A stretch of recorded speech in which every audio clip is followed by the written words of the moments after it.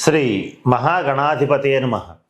ఈరోజు మనం శ్రీ విశ్వావసునామ సంవత్సరంలో సంవత్సర ఫలితాలను తెలుసుకోవడంలో భాగంగా ద్వాదశ రాశుల వాళ్ళకి ఈ సంవత్సరం ఎలా ఉంటుందనేటువంటి అంశం గురించి తెలుసుకోవడానికి ప్రయత్నం చేద్దాం.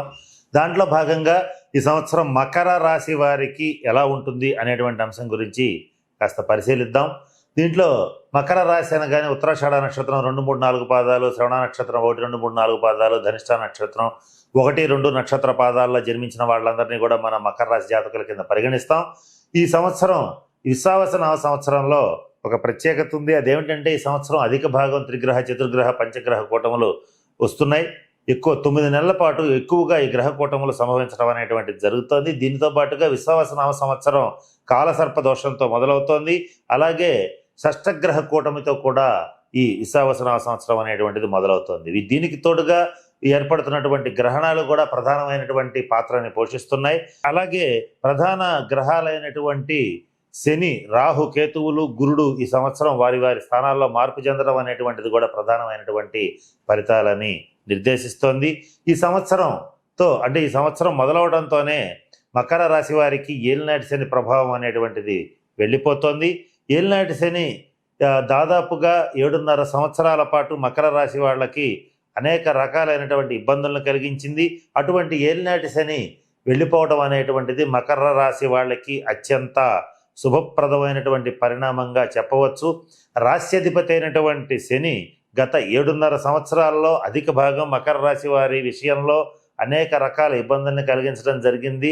ఆ ఇబ్బందులు దాదాపుగా ఎలా ఉన్నాయంటే కుటుంబపరమైనటువంటి చిక్కులు, అలాగే భార్యాభర్తల మధ్య అన్యోన్యత లోపించటం, ఆర్థిక పరమైనటువంటి అంశాల్లో అనేక రకాల ఇబ్బందులకి గురవటం, ఎంతటి ఐశ్వర్యవంతుడైనా సరే ఈ 7.5 సంవత్సరాల్లో రుణాలు చేయవలసినటువంటి పరిస్థితులు రావటం, చేసినటువంటి రుణాలని సకాలంలో తీర్చలేకపోవటం, ఎందుకు పనికిరాని వాళ్ళతో సైతం, అంటే గుడ్డి గవ్వకి కొరగాని వాళ్ళతో సైతం మాట పడటం, అవమానించబడటం, ఇటువంటి అనేక ఇబ్బందుల్ని ఈ ఏలినాటి శని ప్రభావం వల్ల మకర రాశి వాళ్ళు పొందటం అనేటువంటిది గత 7.5 సంవత్సరాలుగా జరిగింది. అటువంటి దుష్ప్రభావాల నుంచి ఈ సంవత్సరం నుంచి మకర రాశి వాళ్ళు సంపూర్తిగా విముక్తి చెందటం అనేటువంటిది జరుగుతుంది. మరలా 30 సంవత్సరాల వరకు కూడా దాదాపుగా ఏలినాటి శని అనేటువంటిది రాదు. శని మకర రాశిలో మళ్ళా ప్రవేశించాలంటే 30 ఏళ్ళు పడుతుంది. అంటే ఏదైనా సరే శని ఒక్కొక్క రాశిలో 2.5 సంవత్సరాలు సంచరిస్తారు. అలాగే అంటే రాబోయేటువంటి 30 సంవత్సరాల పాటు ఏలినాటి శని బాధలు ఏవైతే ఉంటాయో మకర రాశి వాళ్ళకి ఉండవు అని చెప్పడంలో ఏమాత్రం సందేహం లేదు. కాబట్టి ఈ మకర రాశి వాళ్ళు ఈ సంవత్సరం విశ్వావసునామ సంవత్సరంలో అదృష్టవంతులని చెప్పవచ్చు.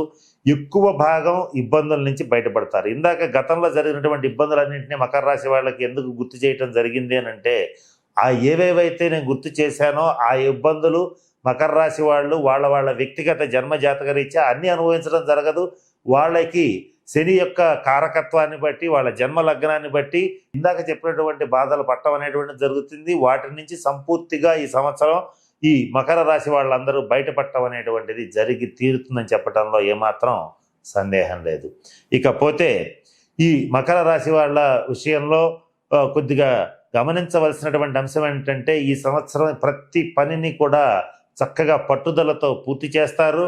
పట్టరాదు, పట్టి విడవరాదు అని ప్రతి పనిని కూడా మొదలుపెట్టిన దగ్గర నుంచి పూర్తయ్యే వరకు చాలా పట్టుదలతో, కష్టంతో పూర్తి చేయటం అనేటువంటిది జరుగుతుంది. ఫలితాలు కూడా అద్భుతంగా రావటం అనేటువంటిది జరిగి తీరుతుంది.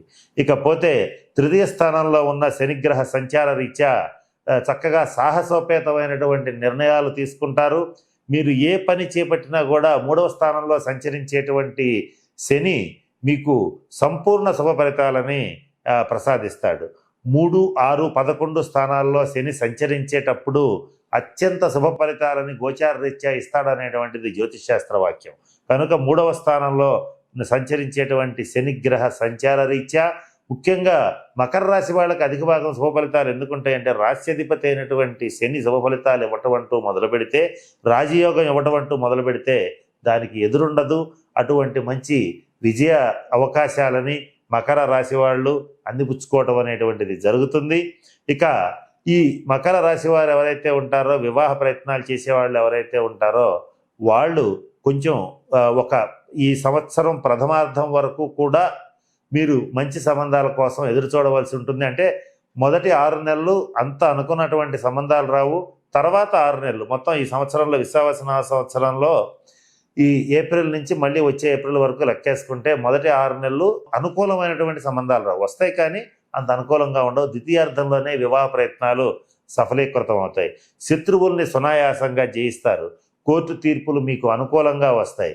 అలాగే ఏదైతే మధ్యవర్తి పరిష్కారాల రీత్యా మీరు ఏదైతే ప్రయత్నాలు చేస్తున్నారో, గతంలో విసిగి వేశారు వదిలేశారో అవన్నీ కూడా ఈ సంవత్సరం పూర్తి అవుతాయి.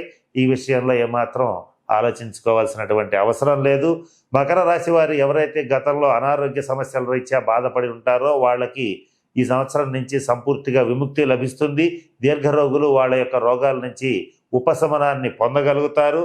ఆర్థిక పరమైనటువంటి అంశాల విషయానికి వచ్చేటట్లయితే ద్వితీయ స్థానంలో కుంభంలో ప్రవేశించి సంచరిస్తున్నటువంటి రాహుగ్రహ సంచార రీత్యా ఈ 2025వ సంవత్సరం మే నెల నుంచి కూడా ఆకస్మికంగా కొంత మీరు ఊహించనటువంటి ధనం మీకు ఊహించని మార్గాల్లో చేతికి అందటం చక్కటి ఆనందాన్ని ఇస్తుంది.